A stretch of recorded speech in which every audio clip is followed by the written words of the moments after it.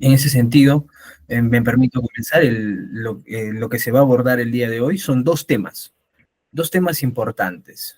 Uno, la pericia, y dos, las objeciones. Y cuando me refiero a pericia, me refiero a profesionales, no solamente profesionales, sino a personas que tal vez tengan un oficio, que conozcan de un tema determinado y su aplicación e importancia en el proceso penal. Sucede que nosotros, como abogados, no solamente debemos conocer de derecho, sino tenemos que conocer de todo un poco. Llámese de pericias contables, llámese de pericias en el ámbito de psicología forense, medicina legal, hasta de estructuras. Y dentro de esta ponencia que voy a dar, también voy a compartir experiencias que he tenido en el día a día en el litigio, ¿no? Que es lo que nos importa. Voy a hacer una introducción con lo siguiente. Sucede que cuando nosotros iniciamos un proceso penal, en algunas oportunidades se requieren pues pericias, tanto de parte como del Ministerio Público. Y muchas veces estas están abordadas y señaladas a través pues de profesionales, como lo he mencionado, o también no profesionales. Cuando nosotros asumimos un caso, llámese en flagrancia, por ejemplo, si nosotros tenemos a un cliente que es indicado por conducir en estado de ebriedad y este nos manifiesta que pues él no estaba conduciendo, que lo único que estaría haciendo era durmiendo en el vehículo.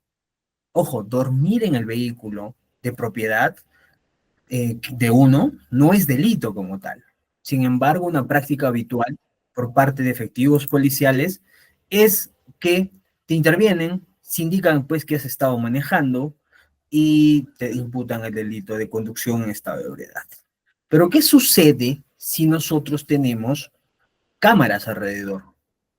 Ahí nosotros vamos a hablar de la importancia de un peritaje, porque muchas veces las cámaras no son nítidas, muchas veces estas cámaras son medias opacas, y de ahí determinaremos a través de un perito, eh, una pericia, se podría, antropomórfica, si la persona que estuvo en el vehículo, primero, es nuestro cliente, y segundo, determinaremos si es que en realidad estuvo andando este vehículo.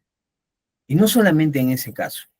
Hace poco, casi un mes hacia atrás, nosotros tuvimos un caso aquí en Arequipa en el cual a nuestros clientes pues los habían sindicado por tener municiones, llámese 2 balas. Y hubo un sinfín de irregularidades por parte del Ministerio Público y donde entra a tallar también los peritos, porque se trataban, como vuelvo a mencionar, de cámaras de videovigilancia, ¿no? De un restaurante privado que trabaja aquí en Arequipa, en una zona muy concurrida. Entonces había muchas deficiencias al momento de poder determinar si nuestros clientes en efecto pues tenían estas municiones o si es que habían sido sembradas. Entonces ahí nosotros trabajamos con peritos, llámese para hacer las pruebas de las huellas, dactitos lópicos, también podemos contar con peritos grafotécnicos para ver la realidad o la veracidad de las firmas que se emplean en las actas. Entonces, recurrir a estos profesionales es de suma importancia. Sin embargo, algunos colegas dentro del litigio no lo aplican de ese modo. Desconocemos, digo desconocemos porque podemos encontrar un sinfín de peritos, pero ¿cuáles son los más conocidos? Los más conocidos, en primer lugar, si nosotros llevamos un caso de tocamientos o violación sexual, entre otros, es el perito psicólogo forense. Después, para ver temas de corrupción de funcionarios al momento de la redacción de armas, determinar las buenas pros, las firmas que se han otorgado, grafotécnicos, para ver si esa firma corresponde al funcionario que está siendo investigado o no. Hay casos en los cuales Fiscalía no presenta estos peritajes. Sin embargo, uno, previa conferencia con su cliente, pues podrá establecer si es que la firma es o no es de esta persona. Y tal vez realizando una pericia grafotécnica puedes sacar a tu cliente del proceso. Cuando nosotros hablamos de pericias, hablamos de prueba, ¿correcto? Una práctica y una interrogante que surge muchas veces al momento de hacer nuestra absolución de una acusación. ¿Cómo proponemos un perito? Porque, ojo, puede que uno practique la pericia en la etapa de investigación preparatoria. Pero no quiere decir que ya automáticamente va a estar dentro del proceso o automáticamente va a llegar a juicio. Se trata de una prueba. Y muchas veces nos ha pasado que presentamos pues como pruebas de descargo para que el Ministerio Público tenga los argumentos suficientes para archivar un caso o sobreseerlo. Pero es facultad del Ministerio Público tomar la decisión en cualquiera de ambos sentidos. Entonces nosotros, a pesar de haber presentado estas pruebas, estas pericias, porque los tipos de pruebas son distintos, tenemos que ofrecerlos en la etapa intermedia a través de la absolución de acusación, donde nos permite presentar nuestros medios de prueba como tal. Dentro de estos medios de prueba, muchas veces presentan las dos cosas, tanto la prueba testimonial del perito y tanto la prueba documental, llámese un informe, por parte de nuestro perito de parte, valga la redundancia. Pero, ¿qué sucede? En este control de acusación muchas veces los jueces nos dicen, doctor, no se ofrece, ojo, no se ofrece el informe, no se ofrece la documental, se ofrece el testimonio del perito que ha hecho el informe.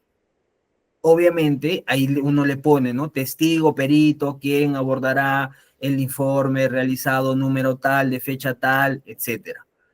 Entonces, desde ahí ya surge que este peritaje tiene que ser ofrecido, si no es automático, no quiere decir que si lo ofrecí en la etapa de investigación preparatoria, ya automáticamente lo vamos a actuar en juicio, porque Fiscalía no pasa toda su carpeta como tal, también selecciona qué medios de prueba va a llevar a juicio. Y muchas veces incluso, una vez pasando a juicio, los representantes del Ministerio Público se desisten de algunos peritos por estrategia, ¿correcto? Entonces, cuando nosotros hablamos de pericia, hablamos de prueba.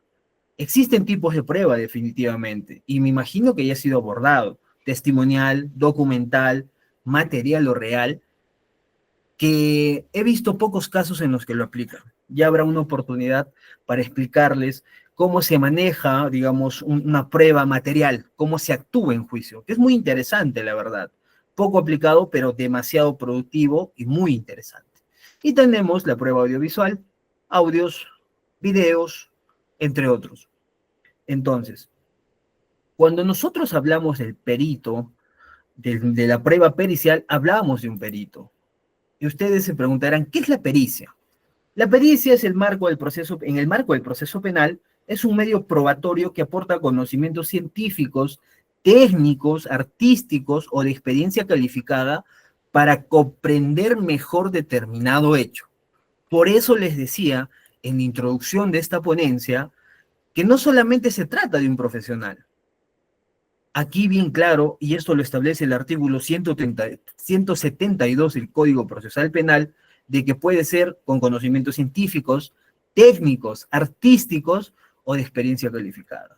Tal es así que me ha tocado ver un caso, un tema de usurpación, donde se pretendía presentar como perito a una persona que realizaba edificaciones de trébol, para que pueda contabilizar qué material entraba, si había sido movido, entre otros. Entonces, eso no es no se necesita un conocimiento científico, sino más técnico, ¿correcto? Por eso es que la pericia se denomina entre esos aspectos. Ahora, ¿quién la realiza? Un perito es considerado aquel experto en la materia. Puede ser designado por el juez o propuesto por las partes. Se ven pocos casos cuando es designado por un juez. Casi en la práctica no se da de esa manera. Por lo general son propuestos por las partes.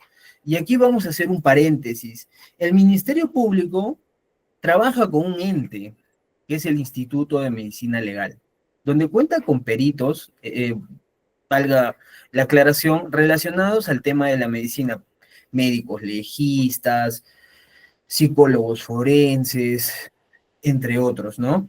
Pero además, ¿a quiénes se establece para que apoyen a través de pericias al Ministerio Público? En casos muy concretos, incluso las pericias las realizan personal de la Policía Nacional del Perú que trabajan en la DIVINCRI, biólogos. Dentro de esas instituciones, como es la policía, tienen biólogos, tienen también psicólogos, tienen peritos expertos en balística, entre otros. Entonces, ellos manejan de esa manera la capacitación y la preparación según el caso de qué perito va a llevar al proceso. Obviamente, en tenencia ilegal de armas, por ejemplo, se necesita un experto en balística. Y Vladimir Grid tiene esos expertos. Determinan el arma encontrada, pues en este delito sirve o no sirve, porque si no sirve también puedes plantear un tema de que no se constituiría delito porque no tendría un impacto, pues esta arma que es inutilizable, ¿no? Ya sea por la edad, por el tiempo de uso, por no haber mantenido bien esa arma, entre otras cosas. Entonces, ¿quién realiza las pericias? Un experto. El Instituto de Medicina Legal pareciera que forma parte del Ministerio Público, sin embargo, no es así. Por eso es que nosotros muchas veces cuando vemos peritajes realizados en este instituto, muchas veces encontramos, cuando nos toca defender a la parte agraviada, encontramos pues conclusiones erróneas, contradicciones en ello, y esto obedece a que esta institución se podría decir incluso que es autónoma. El Instituto de Medicina Legal, si bien es cierto, está adscrito al Ministerio Público, pero maneja su propio presupuesto y es donde encuentra mayores falencias. ¿Cuántos de los que están presentes en esta oportunidad de repente han tenido algún caso de tocamientos o un caso de violación sexual donde se ven como víctimas a menores de edad? Allí se realiza a través de una cámara GESEL, pero la gran pregunta es, ¿existen realmente cámaras GESEL en los distritos donde ustedes laboran? Yo hablo desde mi realidad y desde mi perspectiva. Aquí en Arequipa, donde yo litigo, sí hay algunas cámaras GESEL. Y digo algunas porque Arequipa cuenta con bastantes provincias. Y mi persona también litiga en una provincia que se llama Carabelí. Pues allí no hay cámara GESEL, señores. Y esta pericia, cuando nos toca defender la parte agravia e incluso a la parte imputada, nos dan herramientas para nosotros cuestionar la realización de las pericias. Porque se supone que tiene parámetros. Un perito, al ser un experto, debe conocer en amplitud todos los instrumentos a aplicarse.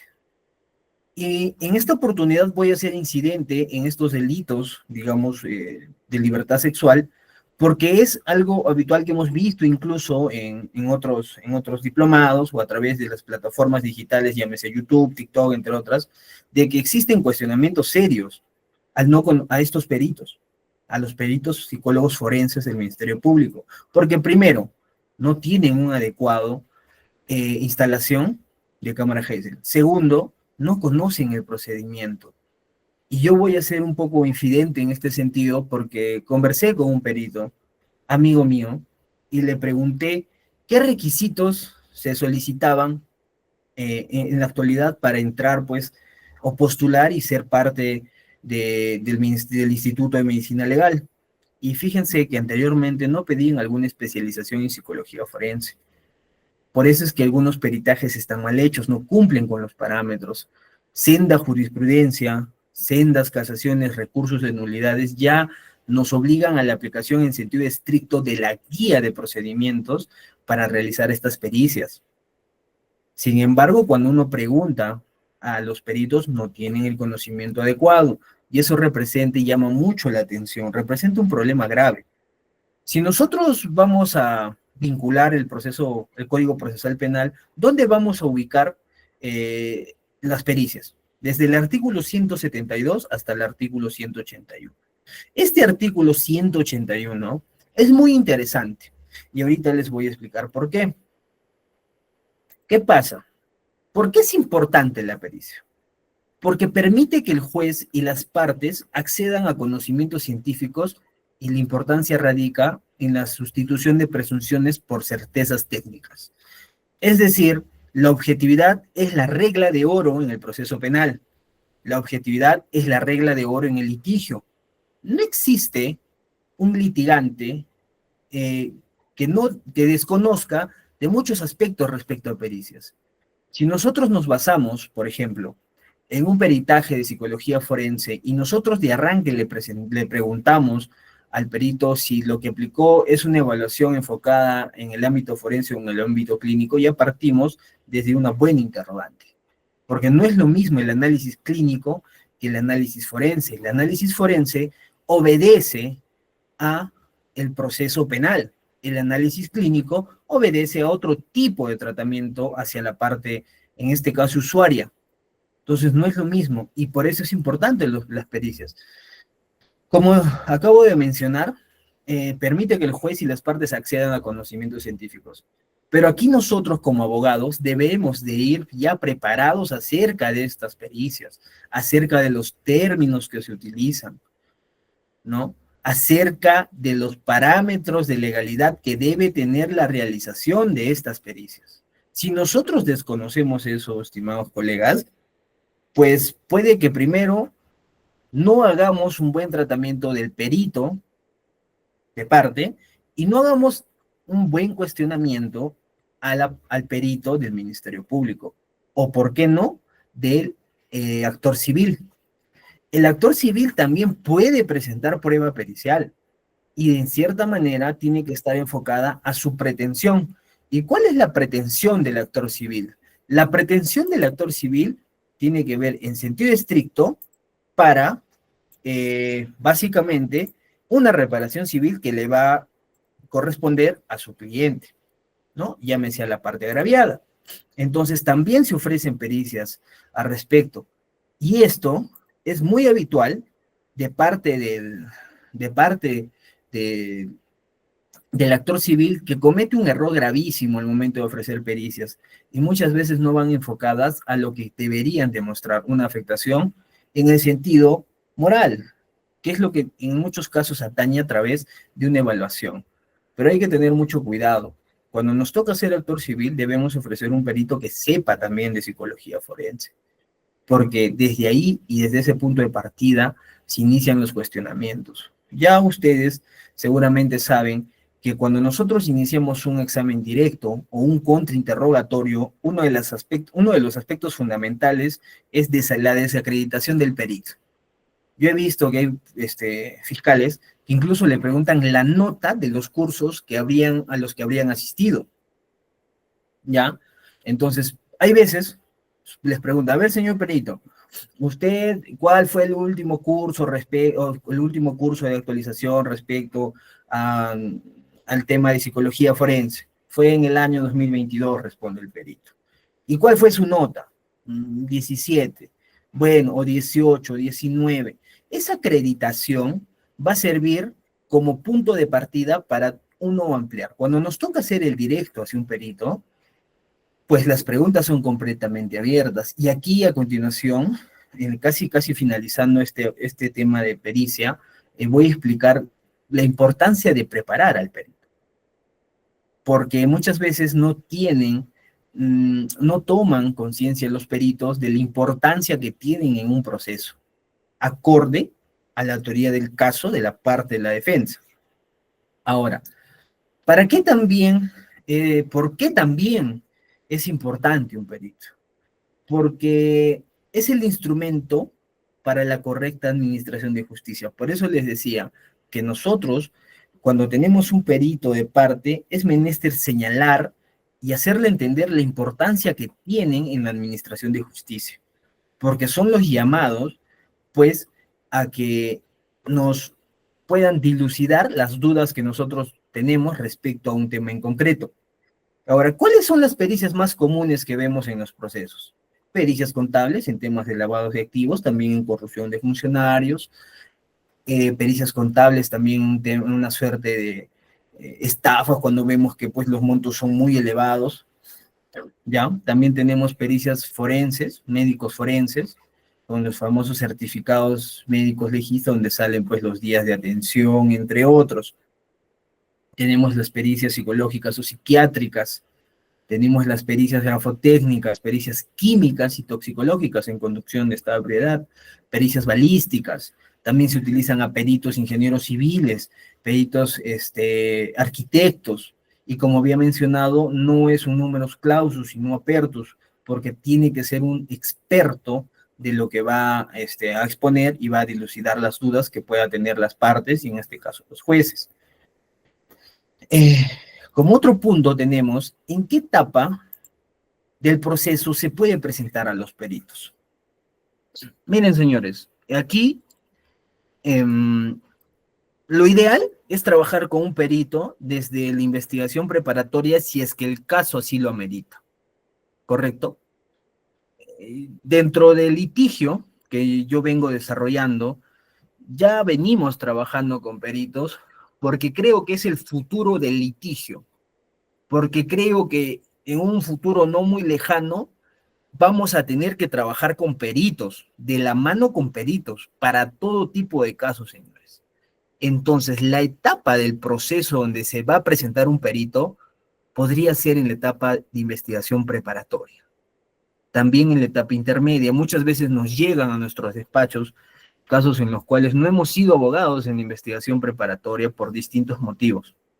Entonces nosotros evaluamos y solicitamos hacer peritajes. Y muchas veces lo que se hace es pericia sobre la pericia. Es decir, una pericia sobre el informe de otro perito. Sin embargo, en Arequipa y en Lima, lo que se está haciendo es que si uno empieza a trabajar con perito desde la investigación preparatoria, una práctica casi habitual es que se ofrezca la declaración de este perito en la investigación preparatoria. ¿Con qué fin? Uno, ratificarse en su contenido. Y dos, dar mayor luces y cuenta de cómo ha realizado este informe y qué impacto o importancia va a tener en el proceso. Antes no se daba de ese modo, pero ahora se está aplicando de manera más común. Entonces, si nosotros trabajamos con el perito de investigación preparatoria, no nos limitemos a ponerlos como veedores nada más. No nos limitemos como hace aproximadamente un año me tocó dar una ponencia presencial a psicólogos y yo les preguntaba a los psicólogos, como peritos, ¿qué hacían en una audiencia donde se iba a recabar la declaración testimonial de la parte agraviada de una menor de edad a través de cámara GES? Hubo silencio en la sala, porque muchas veces esos peritos se limitan a observar. Las preguntas las hace el abogado, las objeciones las hace el abogado, las repreguntas las hace el abogado, de la mano con el perito. Nosotros somos la voz de lo que va a ser el perito, y esa era la respuesta que yo quería en esa sala. El trabajo con la defensa.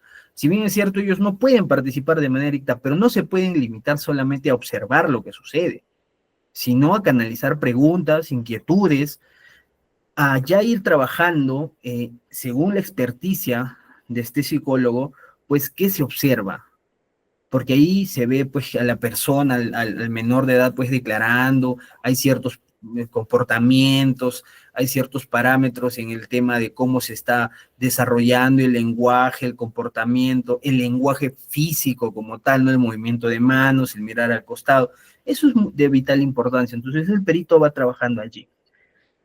Otra práctica que yo recomiendo, perdón, es que nosotros solicitemos la participación de nuestro perito al realizar, por ejemplo, el protocolo de pericia psicológica. Ese protocolo de pericia psicológica se realiza muchas veces en privado y no tenemos la participación activa. Y en muchos casos, este protocolo de pericia psicológica realizado, pues esta evaluación, esta entrevista que tiene el perito con la parte, con este caso, la parte agraviada, es guiado. Por eso es que nosotros debemos solicitar que el perito que nosotros designamos, que proponemos, que presentamos al proceso, participe de esta diligencia. Y así como se aplica en pericias psicológicas forenses, en pericias contables, en pericias grafotécnicas, que nuestro perito vaya a observar cómo se realiza esa pericia. No podemos dejar al libre albedrío que se realice pues en secreto, pero eso depende de cada uno. Este diplomado está orientado a técnicas de litigación oral. Entonces yo sugiero desde la práctica presentar, solicitar, bueno, presentar el escrito donde solicitemos pues que nuestro perito participe de esta realización. ¿Correcto? Ahora, como mencionaba, en etapa intermedia también se puede presentar un perito. a través de la absolución y también en juicio. Bueno, pocas veces se ha podido lograr la participación de un perito, y ahorita les voy a contar un caso muy interesante, visto aquí en Arequipa, hace poco, donde en el pleno debate se establece, llama a colación, pues la participación de un perito. Como prueba excepcional o como prueba necesaria, como prueba de oficio también, puede postularse esta pericia. Ya tendríamos que tener los argumentos suficientes para que el juzgado nos pueda aceptar ello. Y como les mencionaba, aquí en Arequipa tuvimos un caso muy curioso.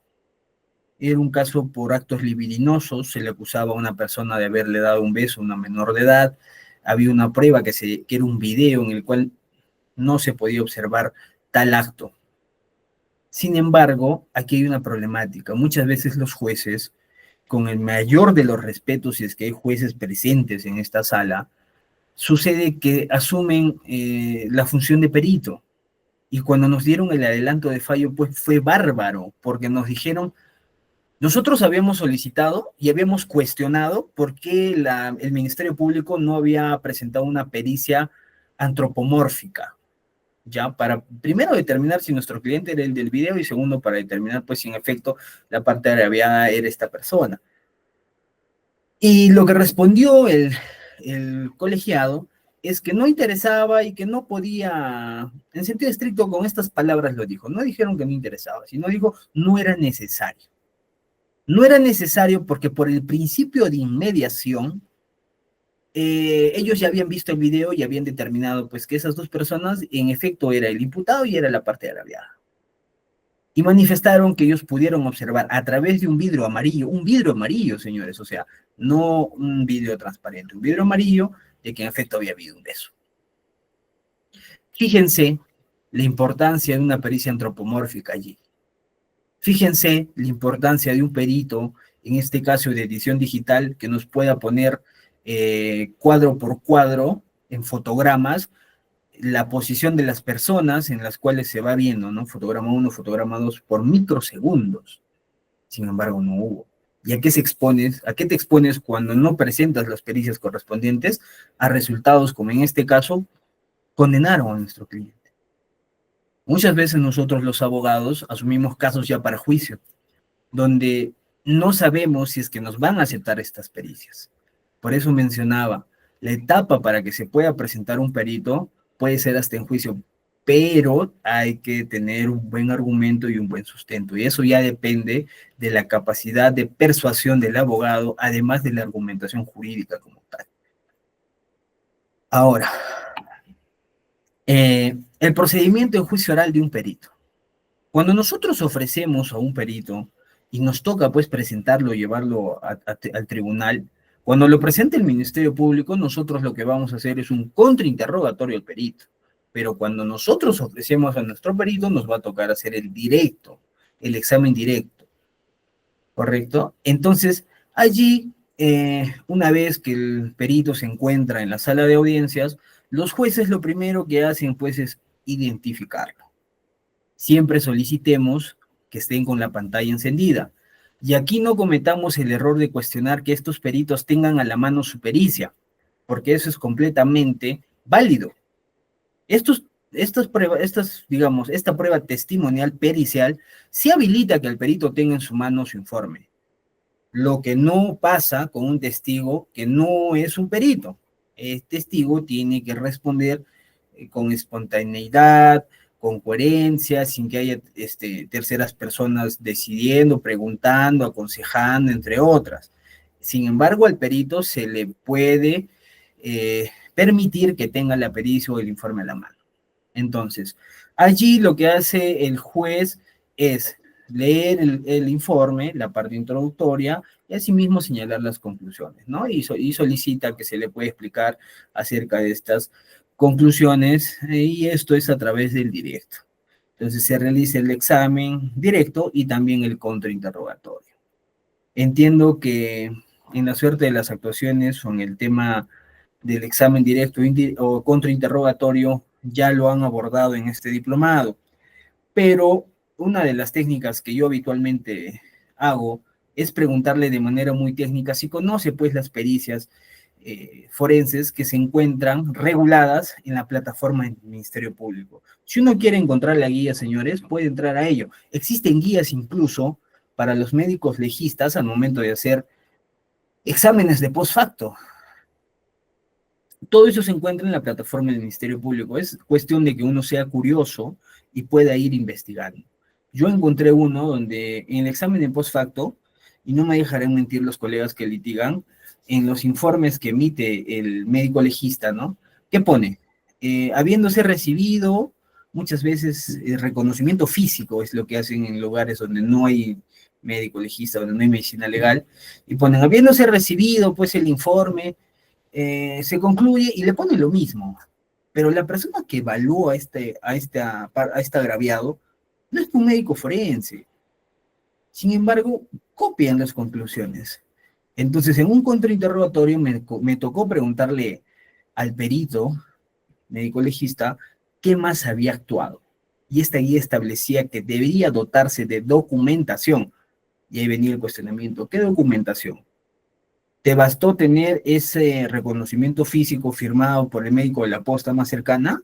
¿O es que debías haber solicitado también otro tipo de corroboración? Porque además lo que se envía son copias simples, señores.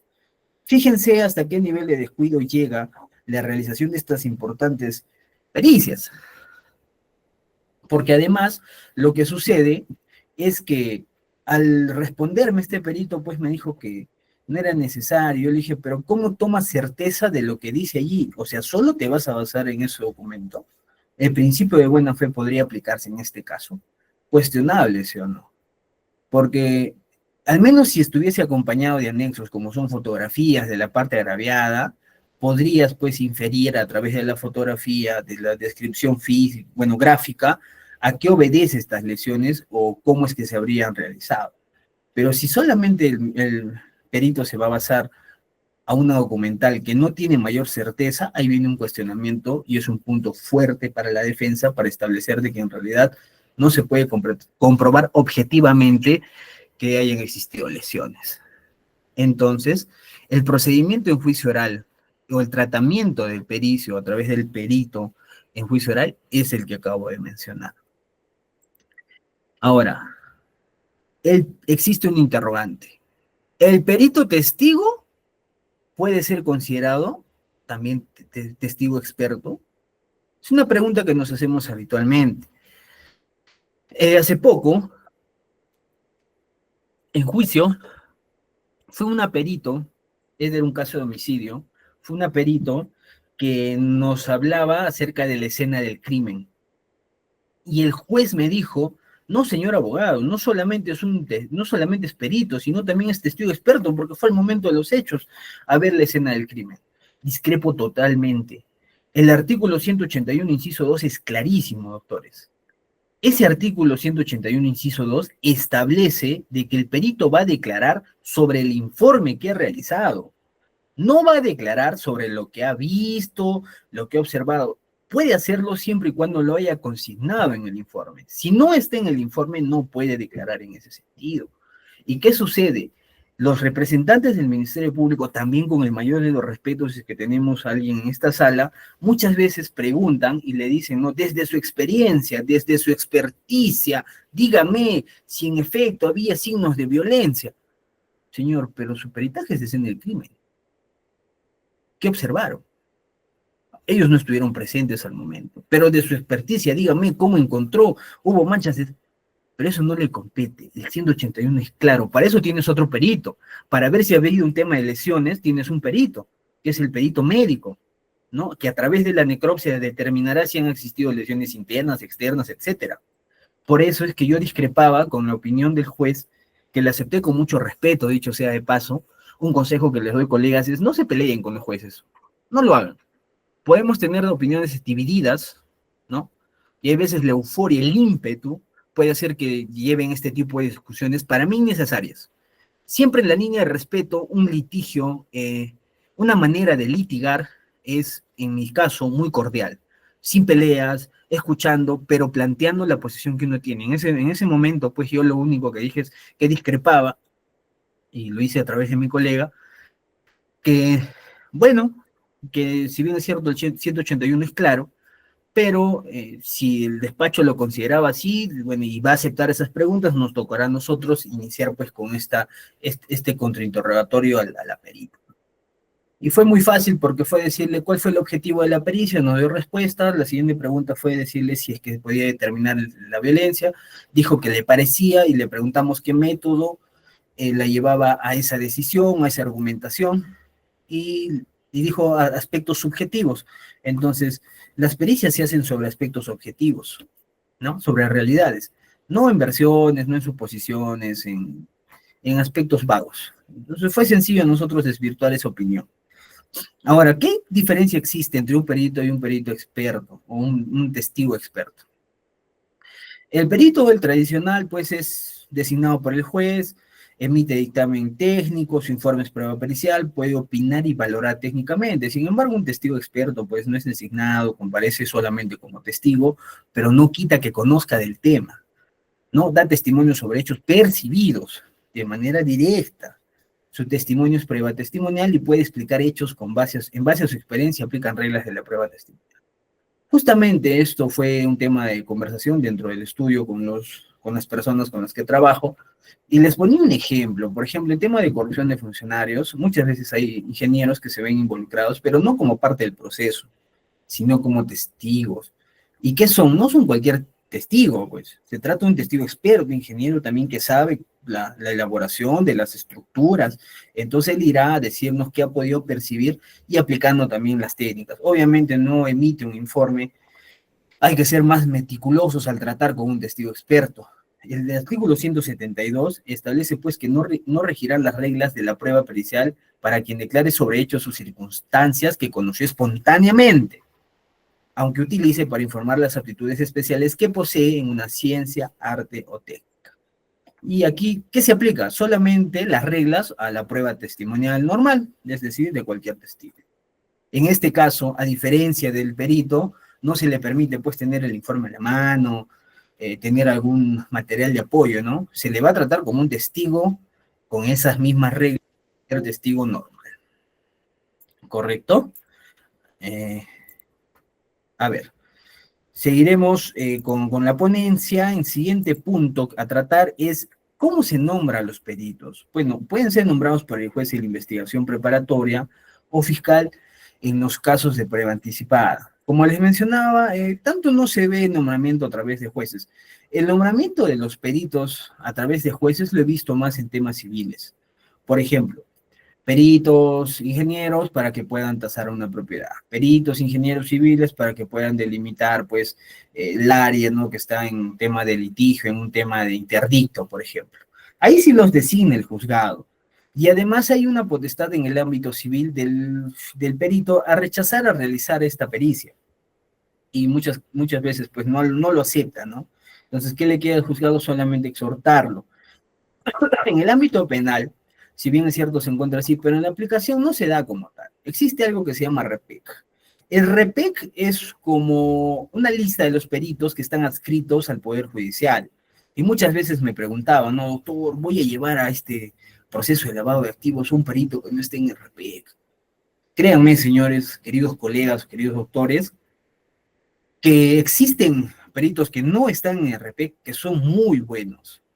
Y es la diferencia entre el tema civil y el tema penal. El tema civil es mucho más formal que el tema penal, ¿no? El tema penal tenemos formalidades, pero también es flexible. Ya en algunos casos es demasiado flexible. Ahora, el nombramiento de peritos es a través, se escoge pues el especialista que está sirviendo, en este caso puede ser al Estado, como mencioné, puede ser a través de la policía, Instituto de Medicina. Incluso he visto que algún fiscal ha solicitado al gobierno regional, a la gerencia de agronomía, que designen un ingeniero agrónomo para que realice pericia respecto a los daños que se había causado en una plantación de paltas.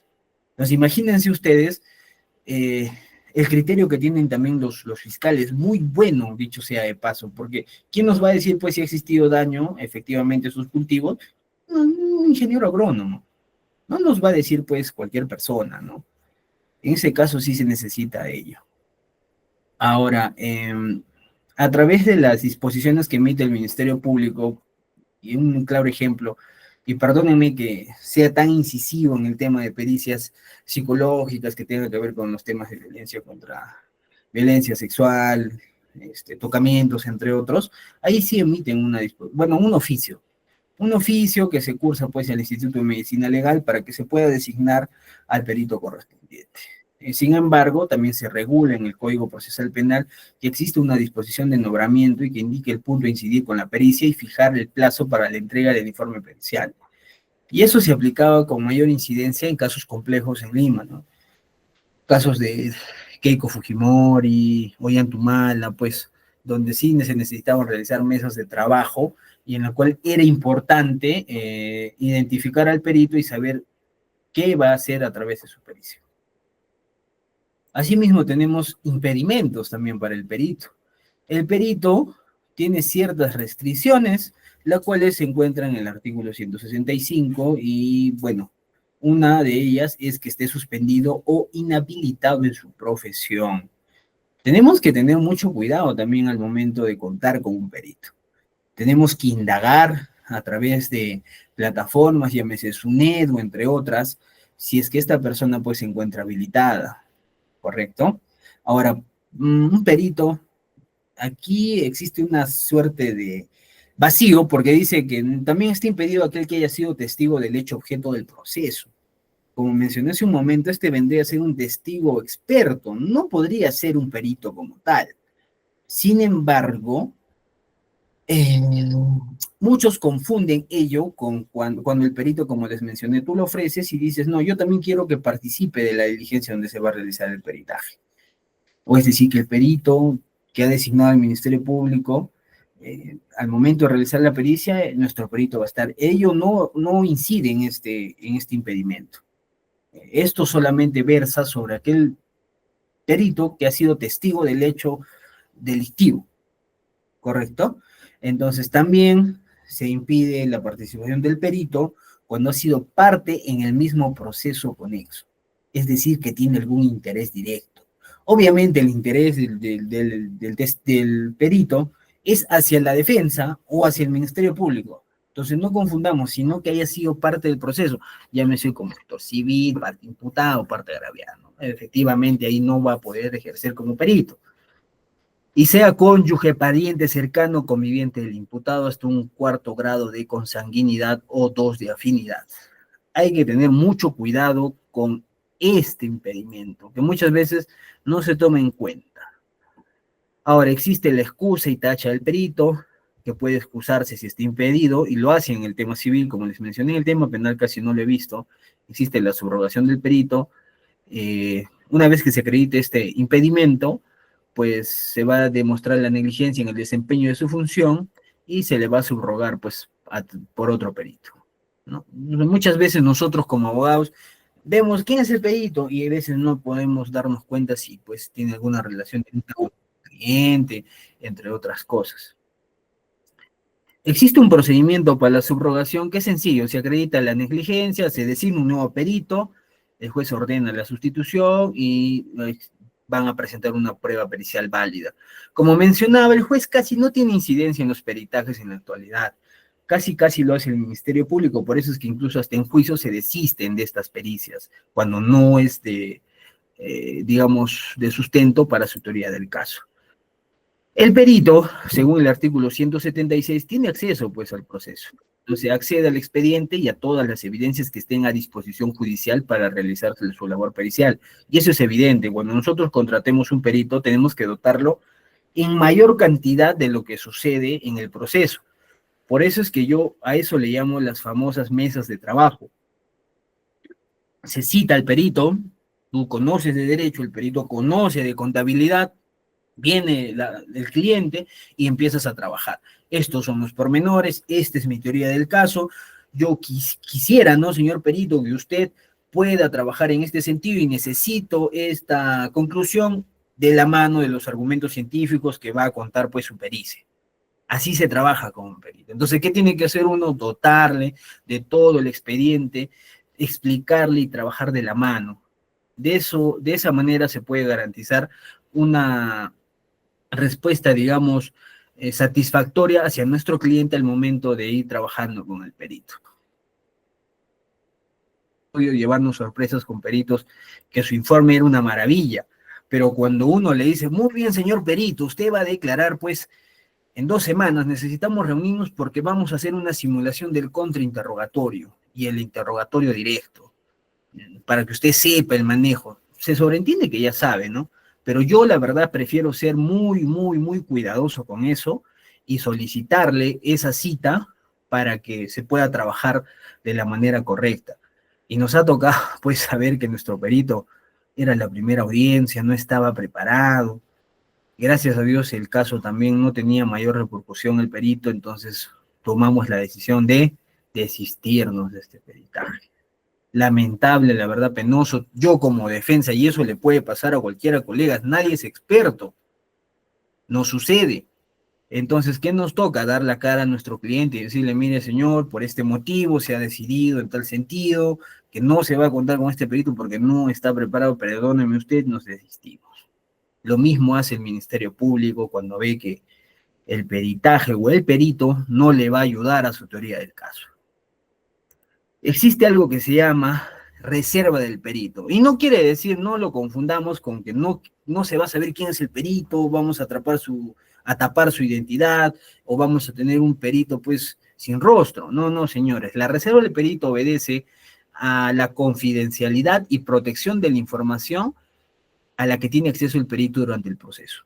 En temas muy delicados, cuando se tienen menores de edad como parte agraviada, es evidente pues que no podemos dar a conocer el nombre completo de la víctima, entre otras cosas. Sin embargo, ese material que se está otorgando al perito no puede ser expuesto, no puede ser difundido, ¿no?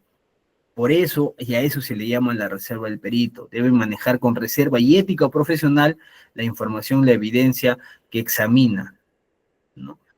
A ver, también tenemos que el perito de parte se designa, como les mencioné, a través, pues, desde la etapa de investigación preparatoria y también a través de la absolución de acusación y, por qué no, en juicio.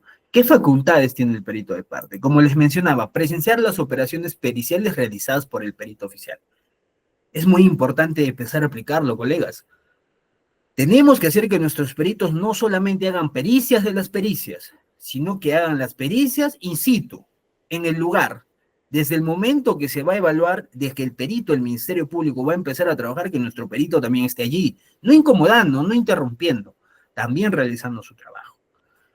¿Correcto? Puede hacer observaciones, ojo, y dejar constancias técnicas durante dichosas operaciones, pero siempre con el debido respeto. Muchas veces, al no conocer de estas facultades, los peritos del Ministerio Público, de la policía o de la institución pública, ¿no?, que haya llamado pues el Ministerio Público en apoyo, cuestiona ello. Pero es una facultad, señores, se defiende pues la libertad de una persona que sea pues condenada, no solamente en un tema de pena privativa de libertad, sino en muchos casos también en penas que van a manchar la honra pues de la persona que está siendo acusada. Ahora, el perito de parte tiene la importancia de garantizar el derecho de defensa técnica especializada, también tiene limitaciones, ¿no? No genera prueba oficial por sí mismo, salvo que presente un informe discrepante fundamentado, y no puede reemplazar ni anular la prueba de la pericia oficial, sino complementarla o cuestionarla. ¿Y a qué me refiero con cuestionarlo? Me refiero con que esta persona, pues lo que va a suceder es que a través de su pericia va a cuestionar la que ha realizado la otra parte, ¿correcto? No la va a reemplazar, por eso es que en las sentencias hay que tener mucho cuidado. Nosotros muchas veces nos contentamos con que llega nuestra sentencia y dice con sentencia absolutoria, pero cuando luego nos sentamos a leer decimos, acá puede ser cuestionado por parte del Ministerio Público en una apelación, porque el juez no ha recabado, pues está reemplazando la pericia del Ministerio Público con la nuestra. Y no se trata de eso, sino se trata de los cuestionamientos que no han podido ser levantados en el interrogatorio directo o contrainterrogatorio por parte del perito del Ministerio Público, o en este caso de parte, ¿no? Entonces hay que tener cuidado con eso. Finalmente, pues los jueces son los que deciden, son los que emiten las sentencias. No tenemos mayor incidencia en ello nosotros como abogados. Solicitar que la sentencia sea como mejor nos parezca, ¿no? Cada juez, siempre respetando este trabajo loable, emite sentencias donde hay que cumplir también con ciertos parámetros, no caer en motivaciones aparentes, incongruentes, entre otros. Esta es una muestra pequeña de un contenido de informe pericial oficial y uno de parte. Este es uno de parte y no hay una formalidad como tal, pero sí hay ciertos requisitos, ¿no? Los datos del perito, cuáles son las técnicas adoptadas, el material que se está bajando y finalmente pues las conclusiones. Y aquí existe también lo siguiente, la descripción o situación o el estado de los hechos. Para los peritos oficiales del Ministerio Público, o los que solicita el Ministerio Público, son un poco más formales, porque ahí sí existen guías, pero sería pues ilógico que el perito que nosotros presentamos desconozca de estas guías, sino también las tiene que aplicar. Ojo, hay que tener mucho cuidado con eso.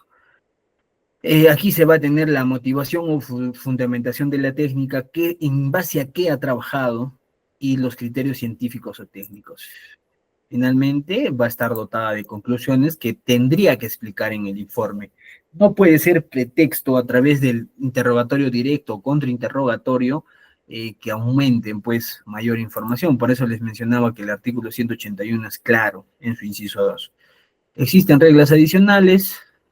Primero, el informe pericial es único. ¿Puede existir una ampliación del informe pericial? Podría ser, pero no a iniciativa del propio perito, sino a iniciativa del Ministerio Público a través de otra sesión, de otra pericia complementaria, ¿no? Pero el perito solamente no podría ser dos peritajes porque así se le ocurrió. Ahora, el examen pericial, ¿qué es? Es el interrogatorio, el examen al perito durante la audiencia de juicio oral. Su objetivo es obtener una mejor explicación sobre la comprobación realizada respecto al objeto de pericia, sus fundamentos y sus conclusiones. Esto más que todo forma parte me imagino, de la clase en la cual han abordado el interrogatorio y contrainterrogatorio. Entonces allí habrán tenido mayores luces de cómo es que se debe trabajar en ambos sentidos, ¿no? En un testigo, en un perito, en un testigo experto. Entonces en el perito, pues, sirve para esclarecer los aspectos científicos como tal. Cómo es que se ha llegado a una conclusión que se evidencia en su informe. Ahora, existen requisitos, como les mencionaba, que no son tan formales, que es la identificación del perito, descripción del objeto peritado, resultados, fundamentación técnica, los criterios científicos o técnicos usados, conclusiones claras y objetivas. Hay unos aspectos críticos, señores, de las pericias y los peritos. Ya con esto vamos a culminar esta primera parte acerca de pericia. Y yo he querido rescatar lo siguiente: la poca información e ilustración que tienen los peritos del Ministerio Público. La verdad es chocante, la verdad es bien, muchas veces, en algunos casos, preocupante la situación, cuando en definitiva nos presentan peritos, señores, que no conocen como mínimo las guías, no conocen cuáles serían las fases que deben proyectarse, no conocen los métodos, aplican métodos que no son adecuados para la pericia y lo que se obtiene son resultados erróneos. Y bueno, no, eso llama mucho la atención en la actualidad, porque se supone que estos peritos son expertos. Y cuando uno le pregunta, ¿no? Señor perito, ¿usted conoce la guía? Sí, conozco, todos te dicen que conoce. Dígame usted cuáles son las fases para evaluar pues a la parte agraviada o en cuántas sesiones se habrían realizado. No, es que solo es una guía, desconozco. El desconocimiento de eso ya no lo hace experto. Por eso yo cuestionaba, si no conoces del procedimiento, ¿podrías aún llamarte perito? Porque el código establece que es experto en la materia. Y si ya presenta debilidades, por ahí es pues que ya el juez entra a tallar en su apreciación. Ahora, el desconocimiento de herramientas básicas para realizar su pericia, que como lo acabo de mencionar, muchas veces es preocupante.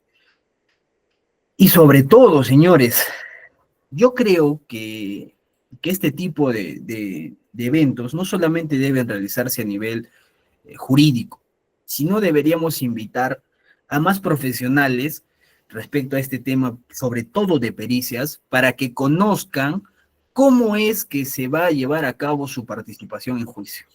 Todos tenemos la primera vez que participamos en una audiencia, y eso no está mal. Yo siempre he dicho, eso no está mal, eso no define a uno como profesional. Lo que define es el conocimiento, la manera en que se expresa, los argumentos que va a sostener a lo largo de su participación. Sin embargo, muchas veces los peritos van sin saber a qué se enfrentan. Hay jueces, pues, que hacen también preguntas. Hay abogados que son un poco más calmados, que no hacen ninguna preguntas. Hay abogados como yo, que preguntan mucho, que preguntan cuestiones técnicas, y muchas veces los peritos, pues, se desestabilizan, no saben cómo responder o empiezan a tomarlo personal. Y yo creo que deben de tener preparación para audiencia. Como decía un buen amigo mío, una cosa es con guitarra y otra cosa es con cajón, ¿correcto? Porque ahí cuando estás en audiencia, la otra parte va a querer sacar o desacreditarte, pues desde que te acreditas, valga esta redundancia, porque si uno dice que ha estudiado, pues, y no conoces de algo, está siendo contradictorio. Entonces, muchas veces los peritos no están preparados para eso. Pueden ser muy buenos, señores, en lo que así les compete, contadores, ingenieros, incluso psicólogos, pero en audiencias es distinto, no es lo mismo. Entonces, también uno de los aspectos críticos es desconocer las reglas básicas del proceso penal. No, con esto no estoy diciendo de que conozcan al pie de la letra, como nosotros los abogados, el Código Procesal Penal o el Código Penal, sino que al menos los aspectos básicos, para que de esa manera tengan un mejor dominio al momento de presentar su tesis, de explicar su método de trabajo, y también de explicar las conclusiones a las que habría arribado. Por eso también un aspecto crítico es que no están preparados para, sobre todo, un contrainterrogatorio, porque el directo es sencillo, ¿no? A ver, señor perito, usted ha realizado el informe, tal, ¿puede explicarnos qué obedece, pues, la primera parte donde usted dice relatos de los hechos? Bueno, explicará, pues, que se realizó. Eso es sencillo, pero en el contrainterrogatorio es distinto. Entonces, hay veces no están preparados para ello. Y sobre todo, como había mencionado anteriormente, faltan peritos especializados en los campos que se requieren. Y un dato que les di, pues, una infidencia, es que antes en el Ministerio Público, perito o psicólogo no era necesariamente el que tenía cursos en psicología forense, sino bastaba con que sea psicólogo. Y ya les mencioné que el examen pericial es una cosa, y el informe clínico, el examen clínico a un paciente de psicología es completamente distinto. Con esto, señores, he concluido la primera parte acerca de pericias, y antes de pasar al siguiente tema, que son objeciones, les voy a poner un ejemplo de cómo no se puede o no se debe presentar a peritos en un proceso. Nosotros tuvimos un caso de usurpación donde el Ministerio Público había archivado 2 veces un proceso, este proceso. Entonces, el fiscal superior, ya esto se había elevado, solicitó, pues, que se realicen peritajes. Miren, en temas de usurpación, qué interesante. Solicitaba de que el Ministerio Público lleve un perito experto en chapas, es decir, un chapero, ¿no? Que uno encuentra, pues, en la calle. Pero este no era cualquier chapero, señores. Cuando nosotros comenzamos la diligencia, vimos que el señor sabía del trabajo, nos explicaba que el tambor llevaba distintas denominaciones, que esto había sido manipulado porque había un hueco en esta parte del tambor, porque esta chapa era antigua, era de tal año, o sea, un experto en la materia. Entonces yo me quedé asombrado y dije, wow, ¿no? O sea, está muy bien la pericia que he ofrecido. Dicho sea de paso, la otra parte, que era la parte agraviada, había ofrecido este perito. Hasta ahí todo excelente. Pero, además, en lo otro, que era para determinar unas construcciones de drywall y si habían sido removidos, si existían y cuánto costarían, ¿Sabes a quién me llevaron? Llevaron como perito, señores, a una contadora. Y uno se preguntará, ¿la contadora podría asumir este peritaje como tal? ¿Acaso no tendría que ser una persona que se dedica a hacer estas estructuras? Y lo más curioso es que cuando el Ministerio Público le pregunta, usted va a participar como perito y además para que me especifique si está en la posibilidad y en la capacidad de determinar esto, y dijo que sí, a través de Proforma, porque ella se iba a encargar de ir a cotizar los montos. O sea, una respuesta que a mí me dejó boca abierta y dije, así no se trabaja un peritaje. El perito Chapel excelente, pero este segundo perito pues no. Y señores, fue todo un papelón para esta señorita contadora porque tuvo que medir pues las dimensiones, no tenía la cinta métrica, o sea, completamente fuera de lugar, no me pareció lo adecuado, la verdad. Eh, Incluso yo le sugerí al Ministerio Público pues de que se pueda documentar esta participación porque definitivamente el juicio esto no le iba a ayudar a la parte agraviada, ¿no? Otra cosa que también quiero manifestar es que, como ustedes habrán dado cuenta con este ejemplo, es que los peritos están incluso en las diligencias que se realizan in situ, porque a este perito no le llevaron pues la chapa, él tuvo que ir a sacar la chapa. Entonces, fíjense ustedes, hasta ese punto se trabajan las pericias. Incluso creo que iba a emitir un informe muy interesante el caso, aún estamos en investigación preparatoria, porque ya habían formalizado, entonces vamos a ver qué decisión va a tomar Fiscalía. La verdad es que yo estimo de que va a archivar el caso porque no habría manera de saber ello, además de que los datos que dio este chapero fueron interesantes y se consignaron en acta, ¿no? El siguiente tema que se está abordando en esta ponencia son las objeciones. Y las objeciones, señores, no van solas. Si nosotros queremos hablar de objeciones, ya hemos tenido que saber la actuación en el interrogatorio directo y en el contrainterrogatorio. Y me parece que eso ya lo han tocado en módulos anteriores. Eh, el tema de las objeciones es interesante porque se da en estas dos actuaciones. Como le dije, puede ser en el interrogatorio o contrainterrogatorio. ¿Qué objetivo tienen las objeciones? Estas van a surgir durante el juicio oral, específicamente en el momento en que se practican interrogatorios a testigos, peritos o partes, y también durante la presentación y debate de las pruebas que constituyen el mecanismo jurídico y práctico más adecuado. Las interrupciones, queridos colegas, en audiencias, son las objeciones, pero una manera de interrumpir, pero con un argumento jurídico y práctico que tenga pues sustento. No podemos objetar por objetar. Yo he escuchado y he visto a través de algunas ponencias que algunos incluso dan el tip, ¿no? Objeta para que desestabilices al abogado, objeta para que desestabilices al perito, al testigo e incluso al representante del Ministerio Público. Yo creo que ese no es el fin. Cuando nosotros objetamos, tenemos que objetar con un argumento, señores.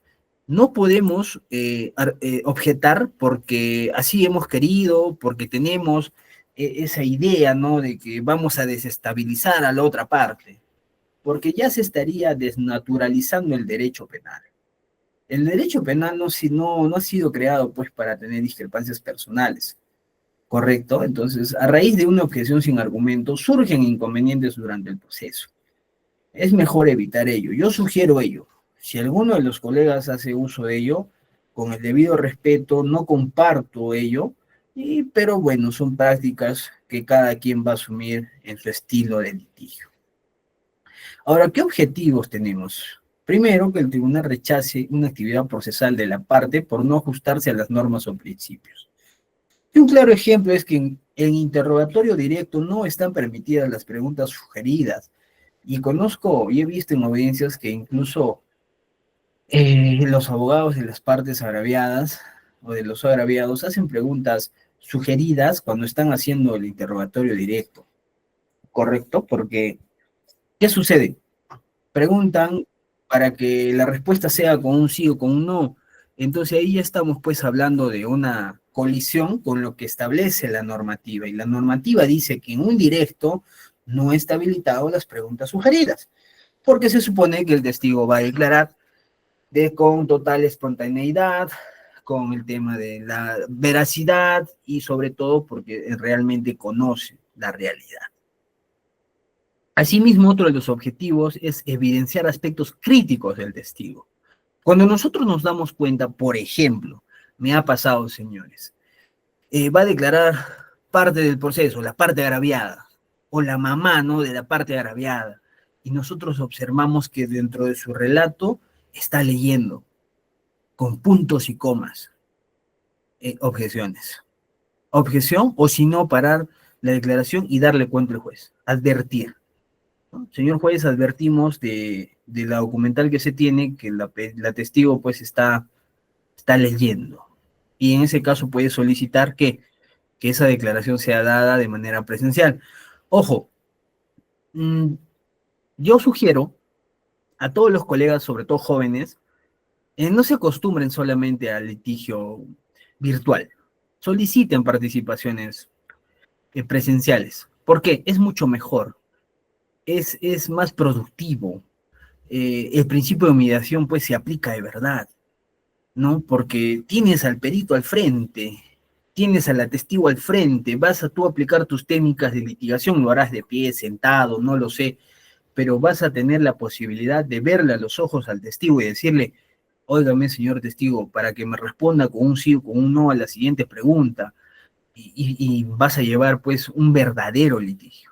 No tengo nada en contra de la tecnología, pero me parece que es más productivo. Es más, yo siempre he comentado con mis colegas, me parece que está bien implementada la tecnología para las audiencias, pero que en juicio, sobre todo cuando se va a interrogar a testigos o, claro, testigos o peritos, sea presencial, porque se obtiene mayor información. Y de esa manera no estamos en cuestionamientos, ¿no?, que estuvo leyendo, etcétera. Entonces, esas son facultades de los abogados que tenemos.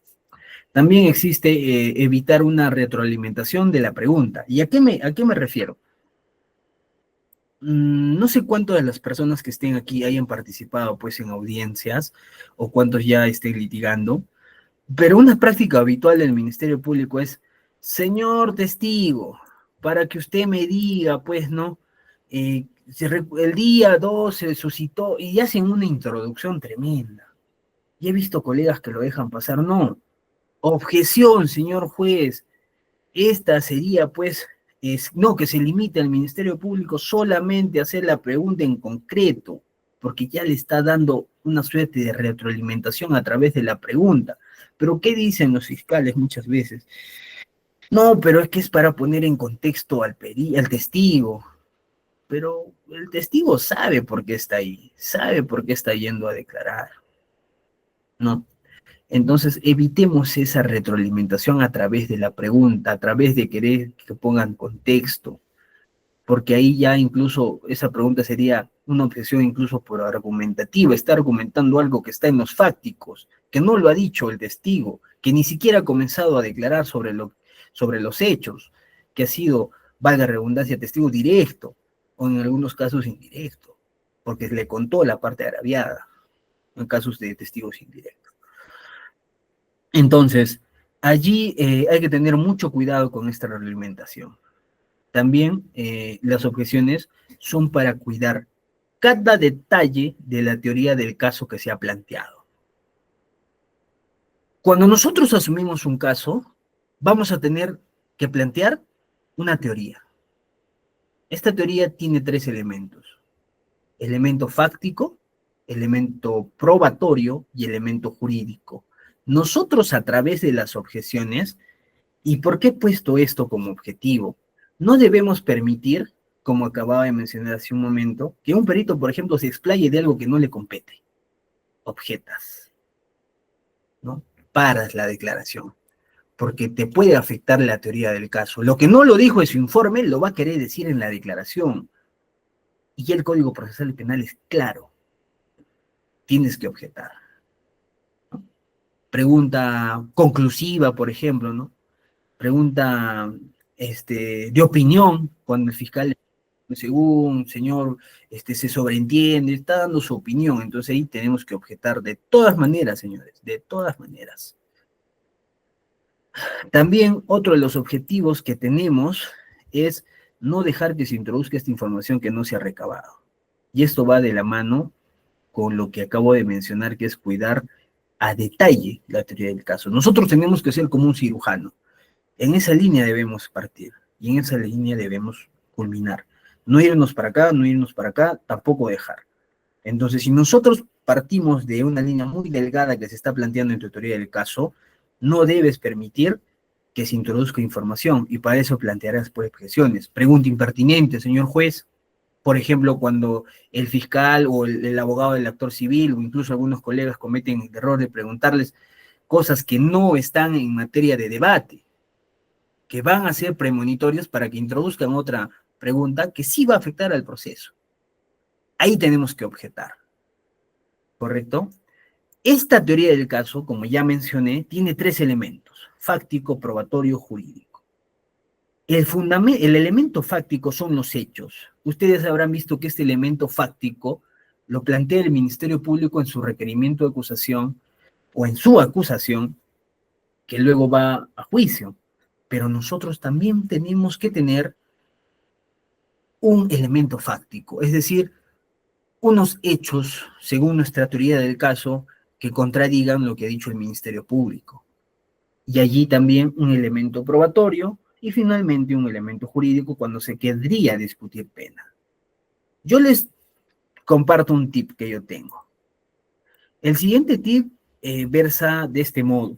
Cuando yo hago alegatos de apertura, no hago, por ejemplo, muy respetable el doctor Duberly, pero lamentablemente lo que dijo en los alegatos de apertura en el caso Castillo Terrones no eran alegatos de apertura como tal, más parecían alegatos de clausura. Y acá viene el tip. ¿Qué hago yo? Yo no argumento, no concluyo, sin embargo prometo lo que está en documentales. Por ejemplo, si yo tengo un caso de violación sexual y veo que en la pericia dice no se evidencia afectación psicológica, siguiente punto, el estado emocional de la parte del evaluado es eutémico, es decir, que está completamente. Eso lo sustento en mi alegato de apertura. Entonces digo, señor juez, en este plenario, esta defensa va a acreditar que en efecto la parte agraviada no tiene afectación psicológica y que su estado emocional es eutémico.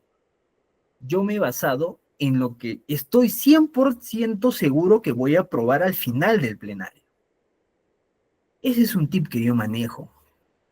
Y si me he ido un poco del tema, no quería dejar pasar esta oportunidad para compartir esto, porque de eso se trata la teoría del caso.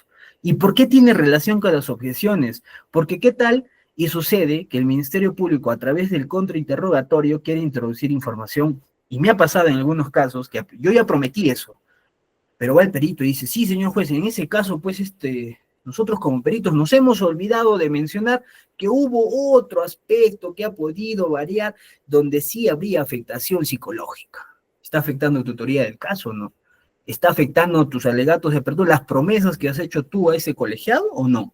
A través de la objeción se puede frenar ello. Objeción, señor juez, impertinente. O en todo caso, si es que el juez lo deja pasar, uno pues manifestará lo siguiente a través de preguntas y nos vamos a poner un poco más prácticos. A ver, señor perito, usted acaba de mencionar de que habría una afectación psicológica. La pregunta en concreto, para un sí o con un no, ¿usted ha consignado eso en el informe, sí o no? No. Va, muy bien. Y eso debía ser considerado en el informe de haber existido, sí o no, sí. No le vas a preguntar por qué no lo hizo, eso se va a encargar de hacer el Ministerio Público, porque también hay algo interesante. Cuando nosotros estamos en un juicio, muchas veces al nosotros hacer el contrainterrogatorio después de haber objetado, entre otras cosas, que finalmente los juzgados deciden, los jueces deciden si se procede con esta pregunta, viene el reexamen del reexamen, es decir, que el Ministerio Público pueda preguntar de lo último que uno ha cuestionado. Y eso muchas veces dicen, en vía de precisión, señor juez, para que nos explique. Eso no puede ser admitido, pues. No puede ser en vía de precisión argumentar cosas que no estén en un informe, en una declaración, o que el testigo no lo ha dicho. Y también te permiten objetar. A continuación, ustedes tienen a la vista una clasificación de los tipos de objeciones que se pueden realizar en un juicio oral. Y tenemos preguntas capciosas. ¿Qué son las preguntas capciosas? ¿Cuándo planteamos una objeción frente a una pregunta capciosa? ¿Cómo identificamos que una pregunta es capciosa? Cuando contiene artificio o engaño y conducen al error, llámese al perito o al testigo. Allí plantearemos una objeción por capciosa y la argumentaremos. No es capciosa, señor juez, porque el testigo en ningún momento ha afirmado, pues, haber visto a la víctima, qué sé yo, según la teoría del caso, según el caso que ustedes manejen.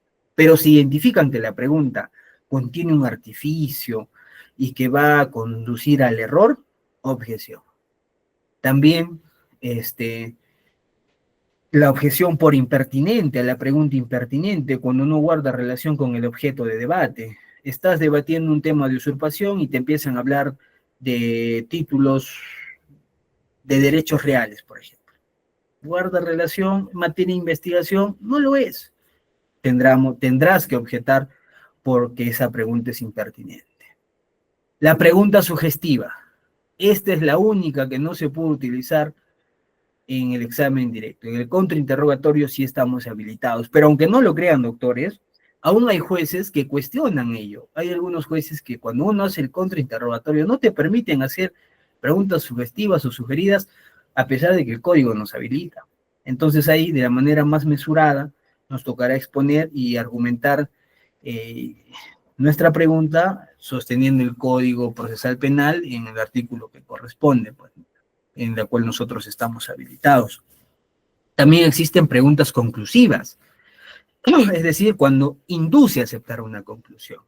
Y ese tipo de preguntas más o menos suenan así.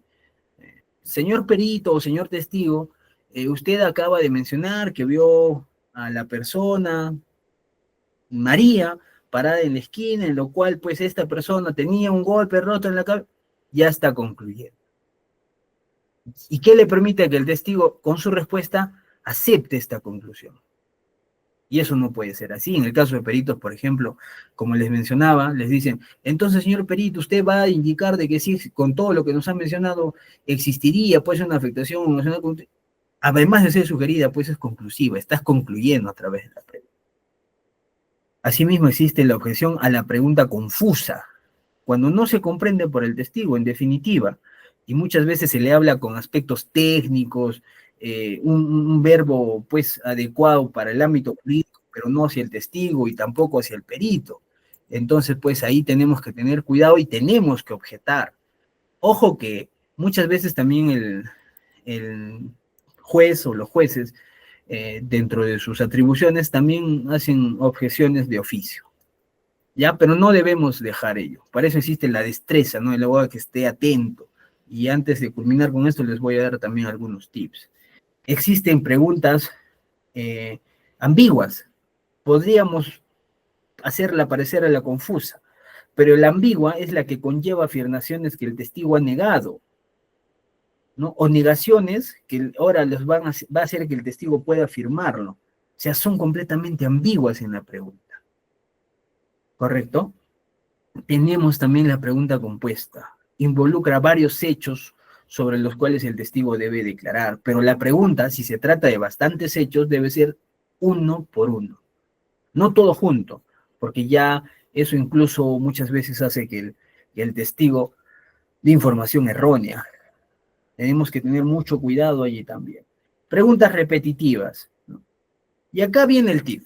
Cuando uno prepara un interrogatorio, contrainterrogatorio, muchas veces elabora pues las preguntas, ¿no? Según tu estrategia de defensa, según tu teoría del caso, has armado pues tu cuadro, has puesto cuál es tu objetivo, has puesto qué pruebas necesitas para ello y a continuación qué va a acreditar cada testigo. Entonces uno se prepara y dice, ya bien, a mi testigo le voy a preguntar esto y al testigo del Ministerio Público en el contrainterrogatorio le voy a preguntar esto. Y muchas veces sobre todo cuando estamos comenzando a litigar, creemos que eso se va a llevar así y tenemos una listita, ¿no? Entonces, nos olvidamos y nos centramos más en nuestra lista, en lo que está preguntando el Ministerio Público. No puede ser así. Lo que nosotros tenemos que hacer es, además de las preguntas que has llevado, hacerle un control. De repente lo que quisiste preguntar ya lo hizo el Ministerio Público. Entonces, si tú vas a querer preguntar, te van a decir, objeción, señor juez, repetitiva. Te descuadró. Muchas veces en los nervios te juegan en contra. Dice, entonces, señor juez, y la siguiente también es repetitiva y la siguiente es ambigua. Y comienzas a desestabilizar. Entonces, lo que uno debe hacer es preparar esas preguntas antes, durante y después, porque también se puede volver a interrogar a ese testigo, a ese perito. Entonces tenemos que tener un manejo adecuado del tiempo al momento que uno va a hacer el interrogatorio, al momento que va a objetar. No puede ser todo en una sola línea. Y ahí va el tip, ¿no? En preguntas repetitivas yo he visto que bastantes colegas cometen ese error.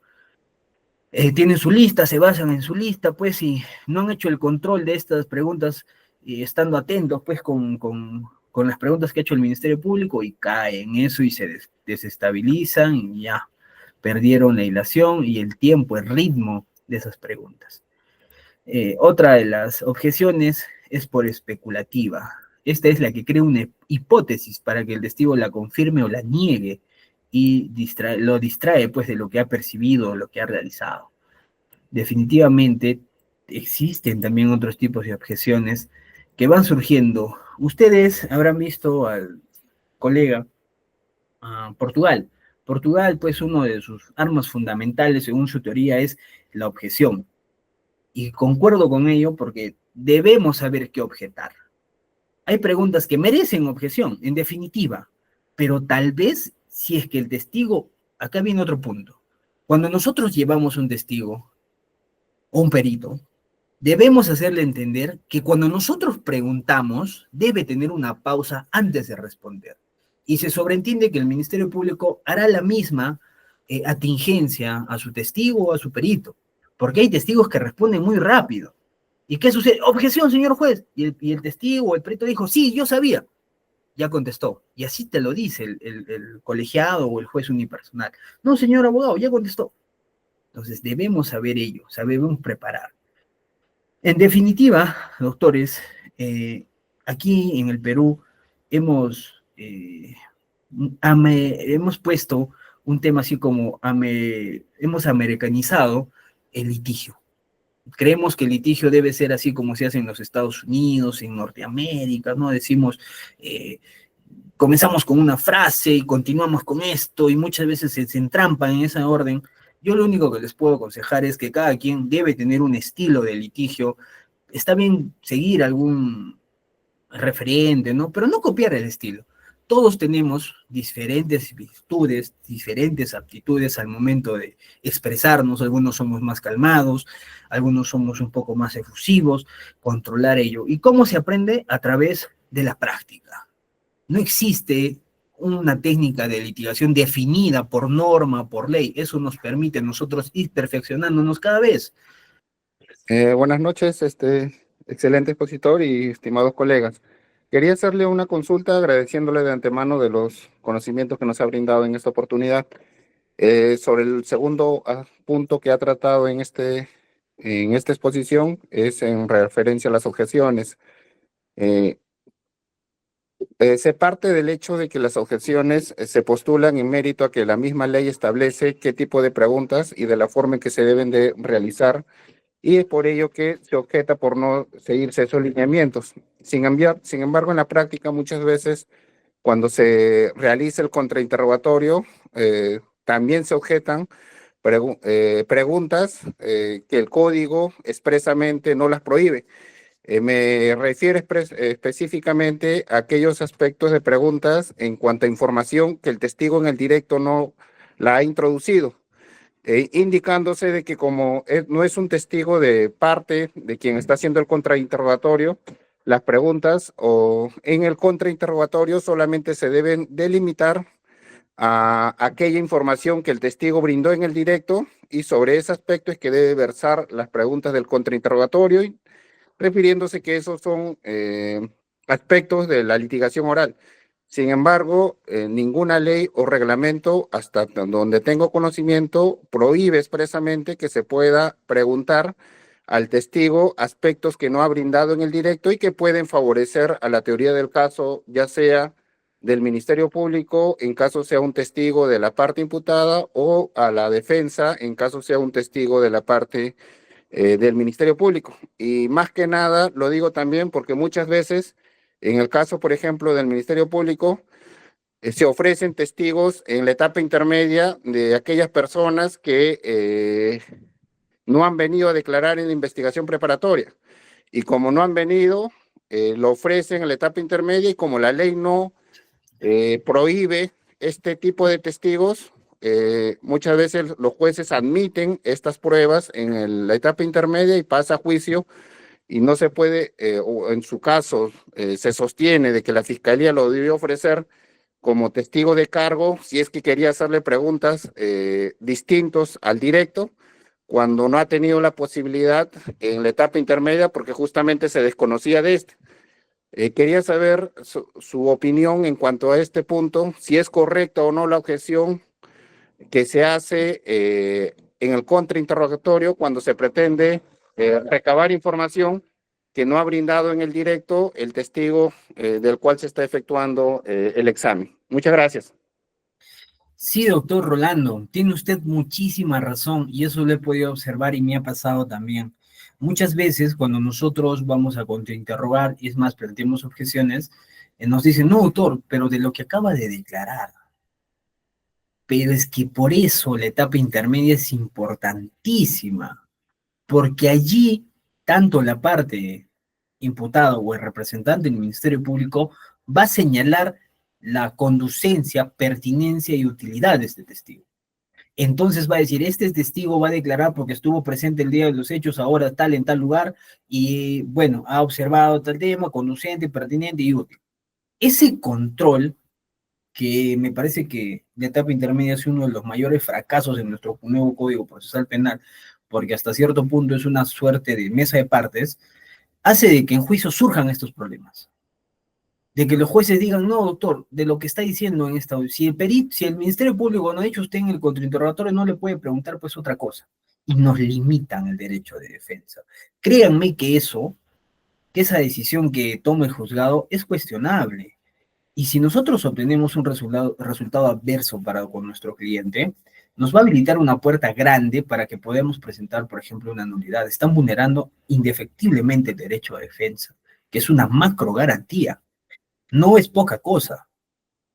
Y otra cosa y otro aspecto que acabas de mencionar, muy interesante, doctor Rolando, es el siguiente. Cuando el Ministerio Público lleva a juicio a testigos que no han declarado previamente. Y este es un arma de doble filo, hablando en sentido criollo. ¿Por qué? Porque una regla de oro para el directo o el contrainterrogatorio es que no puedes ir a pescar, pues. No puedes ir a juicio sin saber qué vas a obtener de ese testigo. Y yo he tenido un caso en el cual es el único caso en el que el estudio ha podido evidenciar que ningún testigo había sido ofrecido con una declaración previa. Nunca. Entonces, si nosotros hablamos de que todas las etapas del proceso penal son preclusivas, y me refiero que en la etapa intermedia, actos de investigación, control de acusación, propones tus peritos, tus testigos, tus pruebas, control formal, control probatorio, control sustancial, etcétera. Y en juicio no deberías hacer diligencia, pues. Se supone que el Ministerio Público tiene un estándar de sospecha suficiente, tal como lo establece eh, la sentencia plenaria, la sentencia plenaria 1/2017 en el fundamento 24 establece que el estándar de sospecha suficiente es la adecuada para nosotros acusar, bueno, para que el Ministerio Público pueda acusar. Pero si no tienes ningún medio de prueba obtenido en la etapa intermedia, ¿cómo sostienes que tienes ese estándar de prueba? ¿A qué estás yendo a juicio? A realizar diligencias. Pero es que acá viene otra mala praxis de nosotros los abogados, y me incluyo porque también se comete ese error. ¿Nosotros qué ofrecemos? Muchas veces también testigos que no han actuado en investigación preparatoria. Y acá viene la mala y errónea interpretación por parte de algunos colegas. El Código Procesal Penal y el Código Penal es un solo instituto.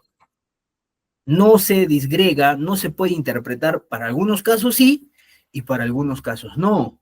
Entonces nosotros tendremos que tener mucho cuidado y ser pulcros al momento de llevar a nuestros testigos a juicio, porque si nosotros nos vamos a oponer a que el testigo del Ministerio Público declare porque no ha tenido declaración previa y tú me ofreces un testigo que tampoco tiene declaración previa, ¿cómo hacemos?